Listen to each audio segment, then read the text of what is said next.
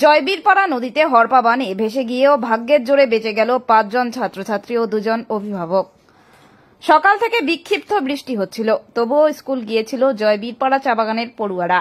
কিন্তু স্কুল থেকে ফেরার পথে এমন ঘটনার সম্মুখীন হতে হবে তা তারা বুঝে উঠতে পারেনি। স্কুল থেকে ফেরার পথে নদী পারাপার করতে গিয়ে হঠাৎ এলো হরপা বান। নদীর জল হঠাৎ এত বেড়ে যাওয়ায় চোখে মুখে আতঙ্ক দেখা যায় মোট ৫ পড়ুয়ার চোখে মুখে। হরপা বানে ভেসে গিয়েছিল প্রায়। কোনো মতে স্থানীয়দের সহযোগিতায় ডাঙায় ওঠে তারা, কিন্তু ভেসে গিয়েছে স্কুল ব্যাগ। মৃত্যুকে কাছ থেকে দেখলো এই পড়ুয়ারা।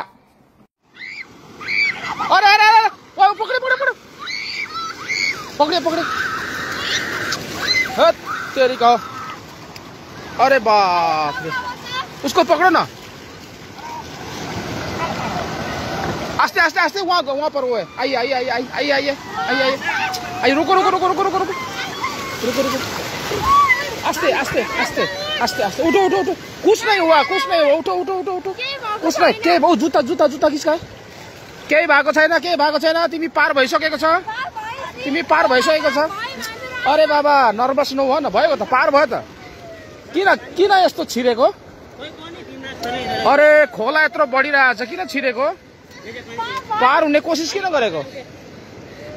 अरे बा, उठा उठा उठा उठा उठा उठा, सबै पनि यहाँ यहाँबाट पार हुन्छ। मैले भन्दै छु माथिबाट जा, बगला जतिकै पार गरेर नि, उतना आदमी नहीं देख रहा उधर। अरे इतना आदमी अटका हुआ है, आप क्यों पार हुआ?